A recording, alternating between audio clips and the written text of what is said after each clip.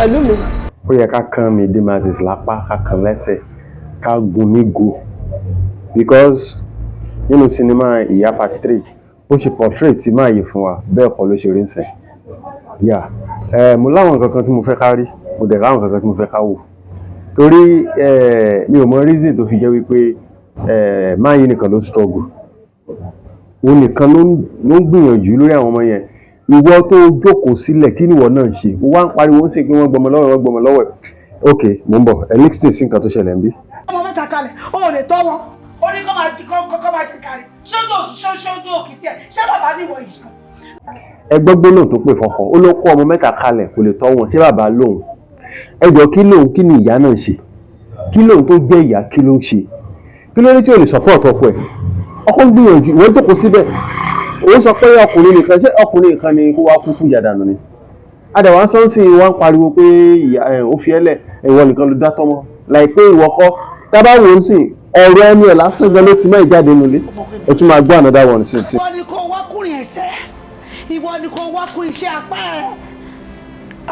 Ẹ gbọ́, ó ní kó wá kún ìrìn ẹsẹ̀ kó wá kún iṣẹ́ apá ẹ̀. Ok, kí wá lẹ̀bi arákùnrin yẹn? Ó dẹ̀ gbìyànjú, ó náà wá kún ìrìn ẹsẹ̀ kó wá kún sí apá ẹ̀. Ibi tó lọ kò dẹ̀ tètè gbé, ó dúró síbẹ̀ dìgbà tọ́lọ̀ tó ṣe yanu. Ó wá dẹ́nsìn, ó wá ń sọ wípé ìwọ nìkan ló dọ́mọ tọ́, ìwọ nìkan ló dá kíní kan tọ́. Ṣé ẹni pẹ́ni tó yẹ kán náà tó yẹ kán fún lámbà gidi ni Mide Martins? Máa yẹ kàn jẹ́yàn kan tó jẹ́ pé ó nífẹ̀ẹ́ bí ẹni. Kálọ́kùnrin mi ni onílàbúrò ẹ̀ ń sọ̀nà nínú sinimá yẹn. Ó ló yẹ kó ti fẹ́ yàwó mi, kó ti bímọ mi, kó ti gbàgbé. And it's true. Kálọ́kùnrin mi nígbà tọ́lọ́ ti gbàdúrà àti fẹ́ lómi kẹ̀. Àti bí àwọn ọmọ mi, ibà àwọn ọmọ ilé wọ́n fẹ́ ó fẹ́ kò kán.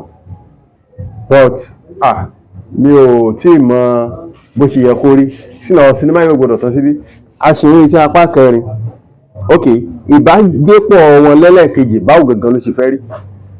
Báwo gangan ló ṣe fẹ́ rí? With the look of things, pẹ̀lú bó ṣe sí àbúrò ọkọ, ojú rẹ̀ fi wo bọ̀bọ́ yẹn padà ń sìn. Nígbà tán tiẹ̀ wá parí ìjà, wọ́n máa kó padà ni. Bàbá tán gbéra wọn tira tí bàbá ń tọ́jú ẹgbà tí ọkọ lọ. Wọ́n ti jẹ́ torí ẹ̀tàn bàbá Gani àbí kí náà ṣe ń porúkọ ara wọn. Bàbá Gani náà máa bá wọn gbé ni. Ṣé ó fẹ́ sọ fún wa pé láì ìgbà tí ọkọ ti lọ bàbá Gani ò débẹ̀ kò tọ́bẹ̀. Ẹ wò, ẹ jẹ́ ká máa retí apá kẹrin sinimá yẹn. Tẹ́yìn bá ń retí lẹ́yìn náà bá fẹ́ wo apá kẹrin, ẹ comment sínú comment section yẹn. Apá kẹrin part 4 ẹ ń retí ẹ.